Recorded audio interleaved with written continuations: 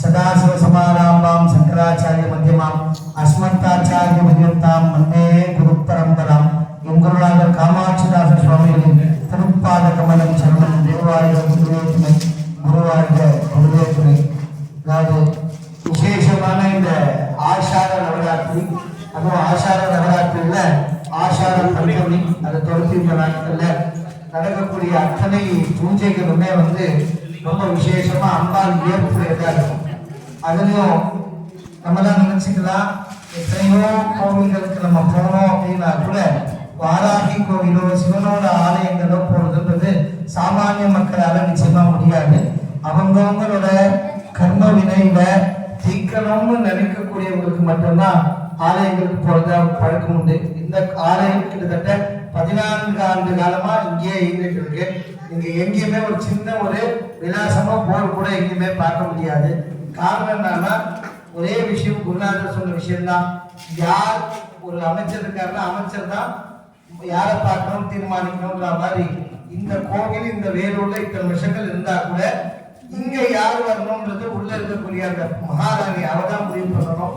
அப்படி அம்பாலால அனுகிரகம் பண்ணி அம்மா இன்னைக்கு உங்களெல்லாம் பார்க்கணும்னு நினைச்சதாலதான் நீங்க எல்லாரும் இங்க வந்திருக்கீங்க. நீங்க எல்லாம் நினைச்சு அம்மாவை பார்க்கணும்ன்றதுக்காக நிச்சயமா வரல. பக்கத்திலே இருந்தா கூட அவர் இருந்தாலும் அவர் தாழ் படிக்கின்ற மாதிரி அம்மாவோட ஆசீர்வாதம் நம்ம ஆஷாட நவராத்திரி காலகட்டங்கள்ல மாலை அடைந்து சுரதையா அம்மாவுக்காக பூஜைகள் இருந்து பண்ணிட்டு இருக்கீங்க. எல்லா தெய்வத்தை விட விசேஷமா வாராகிக்கு ஒரு சிறப்பு உண்டு. நம்ம காளியை வழிபாடு பண்ணும் போது காளி போ பார்த்துக்கிறேன்னுவா, வாராகி வா பார்த்துக்கிறேன்னுவா. She's the goddess of warrior நம்ம சொல்லுவோம். அந்த மாதிரி அம்பாள் எக்ஸ்ட்ரீம் ஒரு குறைந்தபட்சமா ஒரு மனுஷனுக்கு ஒரு வருத்தம்னு பிரார்த்தனை பண்ணா அம்பாள் அதை தீக்கிற வரைக்கும் அவசரமா இருப்பாங்க. 64 வாராகி உண்டு. அந்த 64 வாராகில விசேஷமான வாராகி மகாவாராகி உண்மத்த வாராகி. இந்த உண்மத்த வாராகி அவ எப்படி விசேஷம் அப்படின்னு பாத்தீங்கன்னா, உண்மத்தம்னா பைத்தியம்னு அர்த்தம். எப்ப அம்பாள் உண்மத்த வாராகினா பைத்திய வாராகினா அப்படின்னு கிடையாது.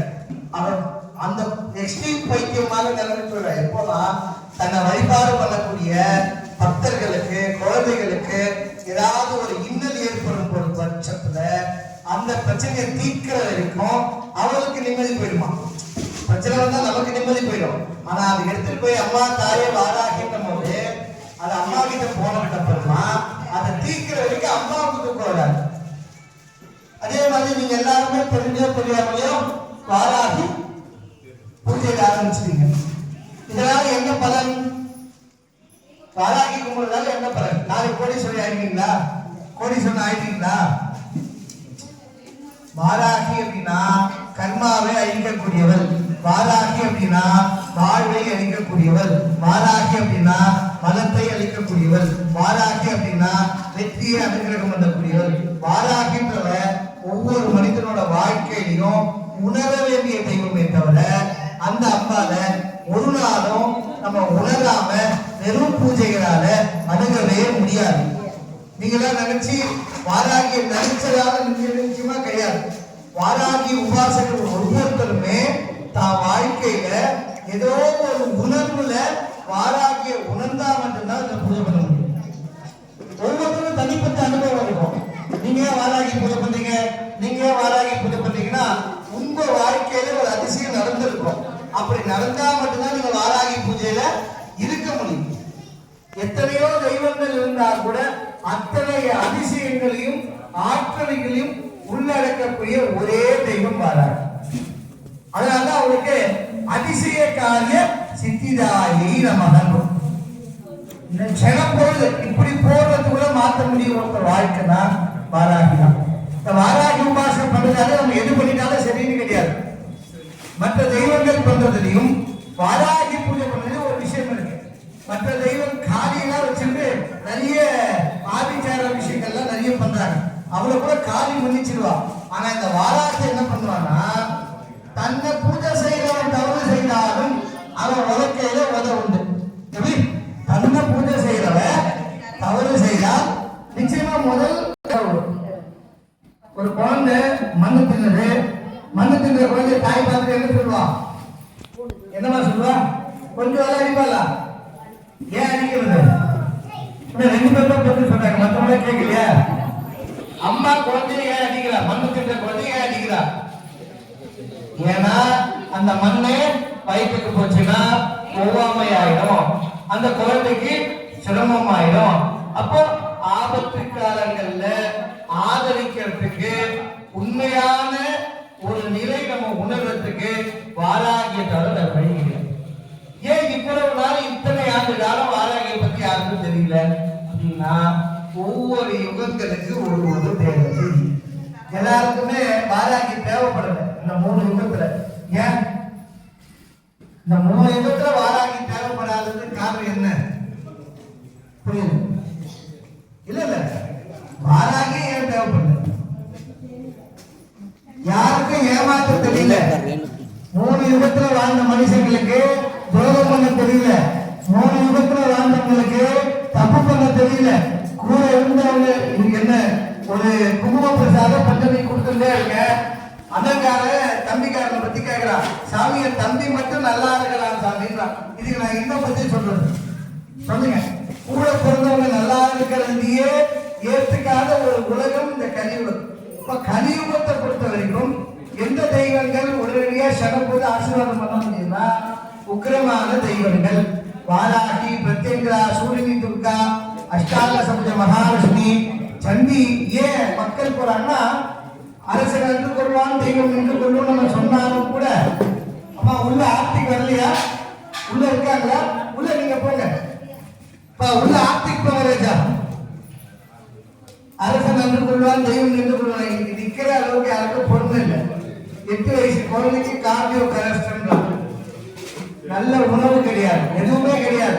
அப்போ எதுல கலப்படம் நம்ம எல்லாத்தையும் பார்க்க முடியாது. ஆனா பக்தியில கலப்படம் இல்லாம இருக்கிற வரைக்கும் நம்மளோட உடலும் சரி, மனமும் சரி, எண்ணமும் சரி பெரிய ஒரு உன்னதமான நிலை வரும்.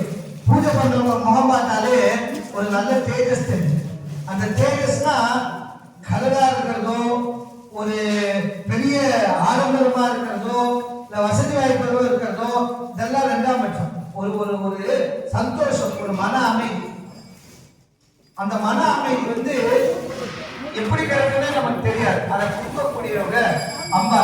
அம்மாவை தவிர்த்து யார் கொடுக்க முடியும்னா குரு. ஏன்னா அம்மா கிட்ட கொண்ட அமைப்பை கொட்டிடுவாங்க. இப்ப நம்ம எல்லாம் நிறைய பேரு குருமுகமா எடுத்திருப்போம். ஆனா வாராகி யாரு, குரு யாருன்னு தெரியாம, எனக்கு செல்போன்ல வந்துச்சு, எனக்கு பேப்பர்ல வந்துச்சு, எனக்கு ஆடியோல வந்து சொல்லி நான் கேள்விப்பட்டேன் அப்படின்னா, அதுக்கு அர்த்தம் என்னன்னா, நீ குரு எல்லாமே வரல, அம்மாவே ஒரு குருவா வந்தாங்க. எப்படி? அம்மாவே குருவா வந்தாங்க.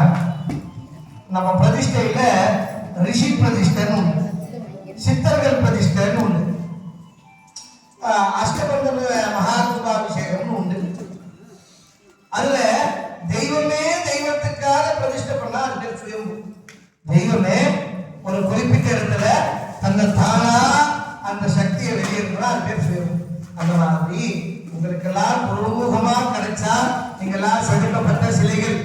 அப்படி தானாவே எனக்கு அம்மா கும்பிடணும்னு தோணுச்சு. ஒரு கடையில பார்த்தா அம்மாவுக்கு எனக்கு ஏதோ ஒரு தொடர்பு இருந்துச்சு. அதை பார்த்தோன்னே எனக்கு வாராகி வாராகி வாராகின்னு ஒரு உணர்வு வந்துச்சு. நான் அம்மா செலவு வாங்கிட்டு வந்தேன், அம்மா போட்டோ வாங்கிட்டு வந்தேன், அம்மாவோட லாக்கெட் வாங்கிட்டு வந்தேன், எனக்கு அம்மா பார்க்கும்போது ஒரு சந்தோஷம் வந்து அப்படின்னா, இங்கெல்லாம் இன்னைக்கு இந்த டைரக்டா +2 எழுத வரல.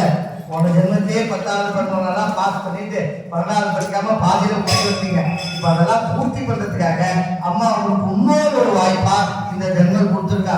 இந்த ஜென்மத்துல நம்ம மனைவியா, அக்காவா, தங்கச்சியா, குழந்தையா, யார் யாருக்கு எந்தெந்த பாத்திரத்தை நடிக்க வந்தோமோ அதெல்லாம் சுத்தமா நடிச்சு முடிச்சுட்டு, எல்லா ஜென்மத்திலும் இருக்கக்கூடிய அந்த பராசக்தி, அந்த ஜெகஜனனி, அந்த மகாமாயா, அந்த பராபத்தாரிகா எதாக நினைத்தாயோ அதாக மாறக்கூடிய தன்மை கொடுக்கக்கூடிய ஒரு அம்பாள்.